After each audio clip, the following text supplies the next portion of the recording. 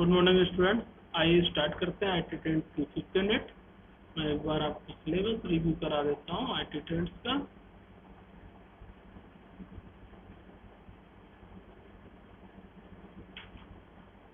हम last unit आज पढ़ रहे हैं IT ट्रेंड्स की MIS PGDCA DCA। स्टूडेंट ध्यान दें।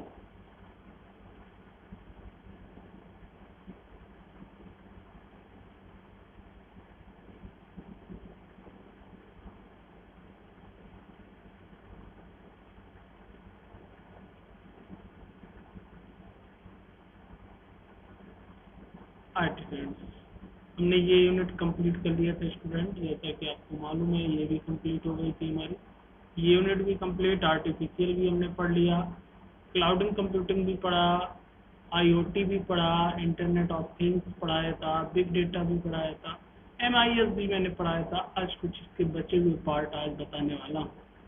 Introduction to MIS, system development life cycle, various phases of system development, consideration for system planning और initial investigation, determining the user requirement, ये आज हम देखने वाले हैं। ओके, जिसके अंतर्गत विभिन्न प्रकार की analysis, finding, process and technique, data analysis, data dictionary, decision table, decision tree and form design. तो सबसे पहले बात करते हैं स्टूडेंट MIS क्या होता है। MIS की यदि मैं बात करूं स्टूडेंट, तो MIS is the use of information technology का यूज करने के लिए people and business process to record, जिसमें हम रिकॉर्ड को स्टोर कर सकते हैं और जरूरत पड़ने पे उस रिकॉर्ड को आसानी के साथ फाइंड आउट किया जा सके, उसका एनालिसिस किया जा सके और उससे डिसीजन लिए जा सके, वो आपका कहलाता है MIS। Produce information that decision maker can use to make day-to-day decision। आज जो हम रिकॉर्ड कलेक्ट करके रखते हैं स्टूडेंट, उसका मोस्टली यूज क्या होता है, मैंने पहले भी बताया था कि उसका मोस्टली यूज है डिसीजन को लेना। कोई भी रिकॉर्ड यदि रखा जाता है, इसलिए रखा जाता है कि आने वाले समय में उस रिकॉर्ड के बेस पे हम डिसीजन ले सकें। जैसा कि मैं एग्जांपल आपको बताया था कि मान लीजिए आप किसी कॉलेज से मार्कशीट ले आते हैं और वहाँ पे आपको कोई ना कोई रिकॉर्ड वो रखेंगे, आपसे साइन करवाएंगे कि आप मार्कशीट ले गए हैं, और यदि आप एक साल बाद फिर वहाँ मार्कशीट लेने जाएंगे तो वो किस बेस पे डिसीजन लेंगे कि आप मार्कशीट ले गए हैं कि नहीं ले गए हैं। इसके लिए उनको क्या देखना पड़ेगा स्टूडेंट, अपना डेटाबेस।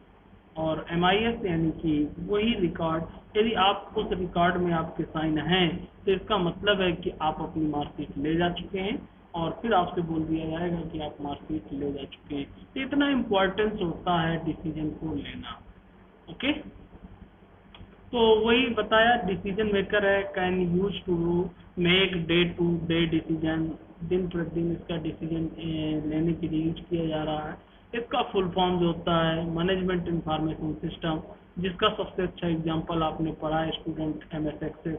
MS एक्सेस एक सॉफ्टवेयर है जिसके माध्यम से आसानी के साथ डेटाबेस को मैनेज किया जा सकता है। MIS का एक पार्ट, इसका जो पर्पज होता है, उद्देश्य होता है, extract data from the various sources, विभिन्न प्रकार के जो सोर्सेज हैं उनके डेटा को एक्सट्रैक्ट करना, रखना और आवश्यकता अनुसार फाइंड आउट करना।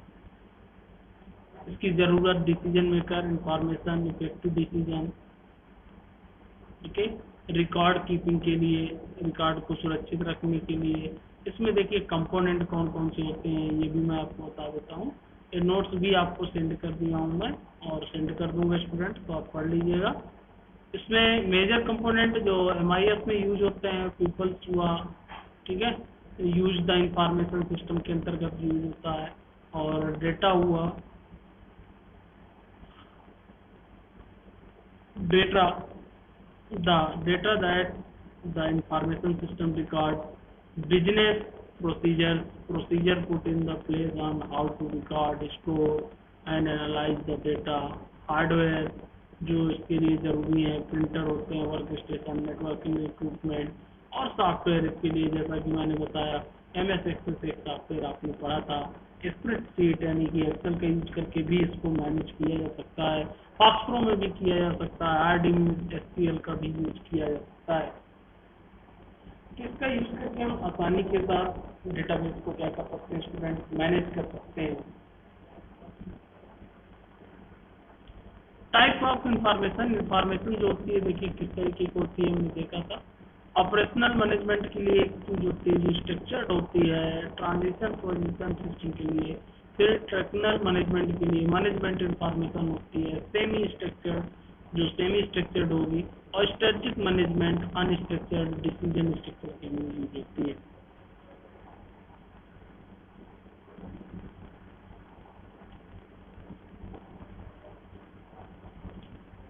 डिसीजन सपोर्ट सिस्टम, जो डिसीजन लेने के लिए बहुत सारे सपोर्ट सिस्टम भी पाए जाते हैं जिनके माध्यम से डेटा उसमें स्टोर होता है और डेटा के आधार पे हमको डिसीजन लेने में वो क्या करते हैं, सपोर्ट करते हैं।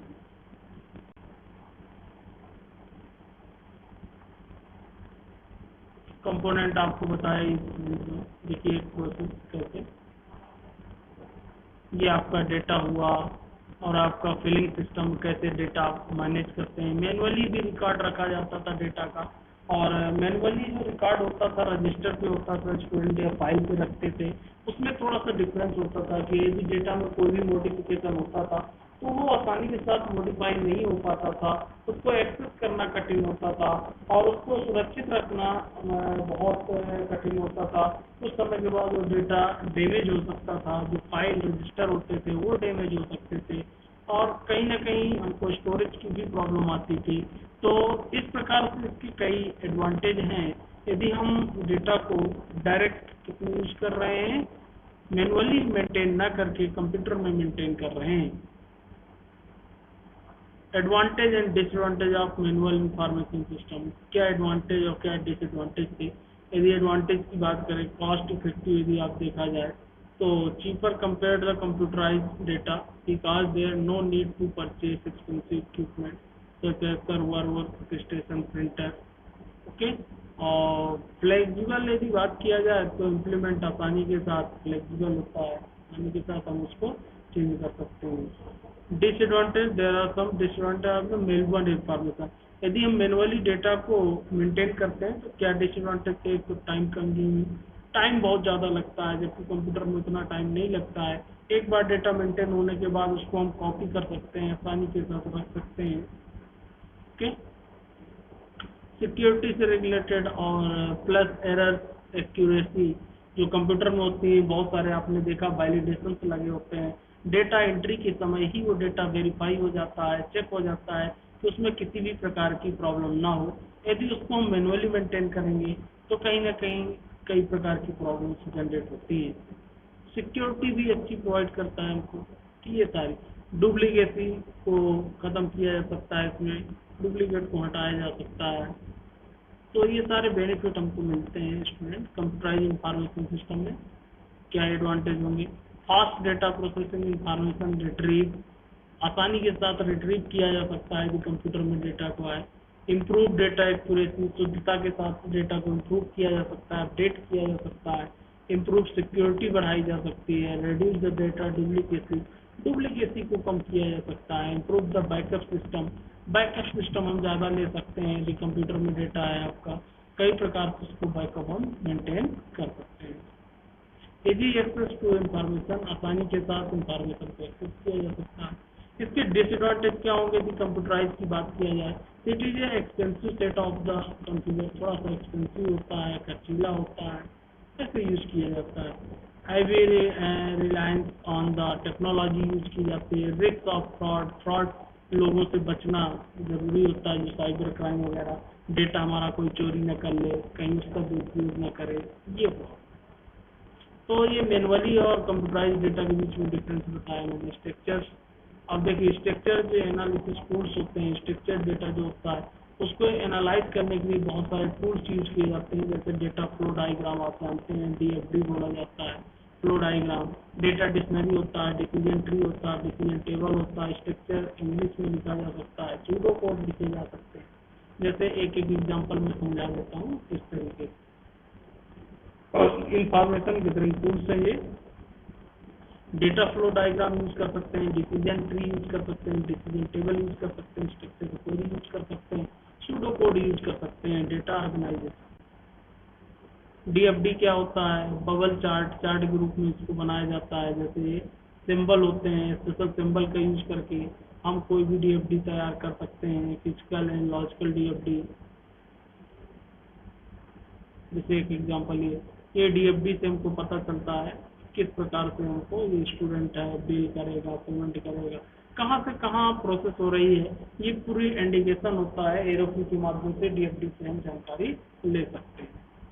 डेटा डिक्शनरी क्या होता है, इस तरीके से डेटा को स्टोर किया जा सकता है डिक्शनरी के रूप में कि सीरियल नंबर है, नेम है, डिस्क्रिप्शन है, नंबर ऑफ कैरेक्टर्स है। और डिसीजन ट्री की यदि बात करें तो एक ट्री बनती है डिसीजन के आधार पर, ये आप देख सकते हैं।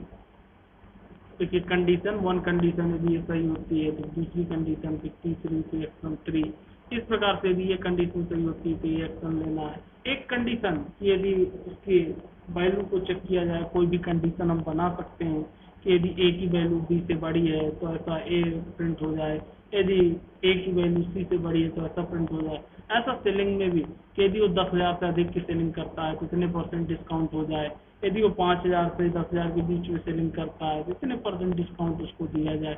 इस प्रकार के जो कंडीशन के आधार पर कोई डिसीजन लेने होते हैं उसके लिए हम क्या यूज करते हैं, डिसीजन ट्री।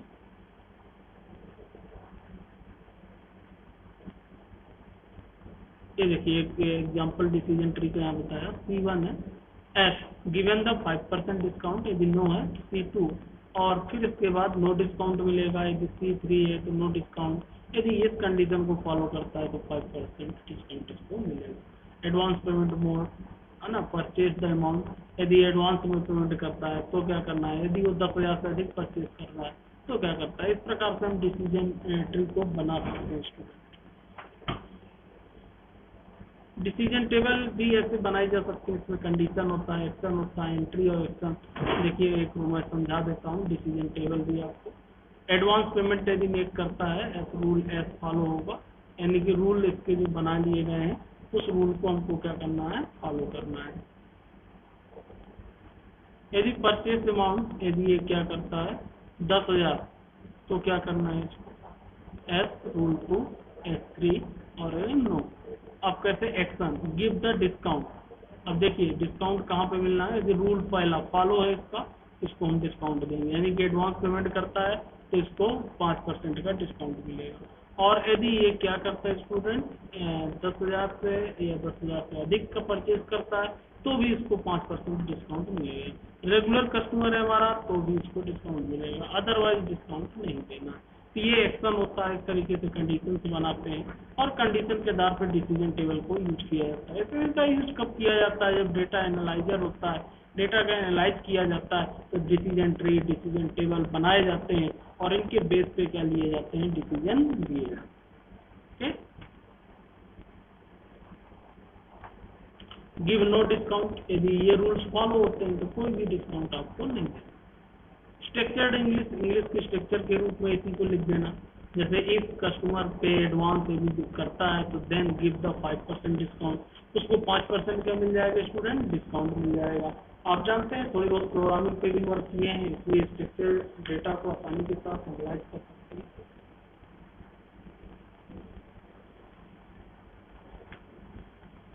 यदि ऐसा नहीं है तो एलसिफ में जाएगा। परचेस अमाउंट यदि उसका 10,000 या 10,000 से अधिक है तो देन उसको क्या करना है, यदि कस्टमर यदि रेगुलर है, परचेस अकाउंट 10 से अधिक है और कस्टमर यदि रेगुलर है तो 5% डिस्काउंट उसको प्रोवाइड करना। एल्स इसके अलावा नो डिस्काउंट, नो डिस्काउंट। ऐसे आप ये क्या कहलाएगा स्टूडेंट, स्ट्रक्चर्ड इंग्लिश। इंग्लिश में एक स्ट्रक्चर्ड लिखा हुआ, इसको आसानी के साथ समझाया जाता है। तो मैंने आपको डिसीजन ट्री भी बताया, डिसीजन टेबल भी बताया, इंग्लिश स्ट्रक्चर भी बताया और सूडो कोड। सूडो कोड भी ऐसे ही जस्ट होता है। सूडो कोड यदि बात करें, does not conform to any programming language and express logic in plain English। Pseudo code जो होता है किसी प्रोग्रामिंग लैंग्वेज में नहीं लिखे होते हैं, एक प्लेन इंग्लिश वर्ड का यूज करके उसके लॉजिक को क्या किया जाता है, रिप्रेजेंट किया जाता है।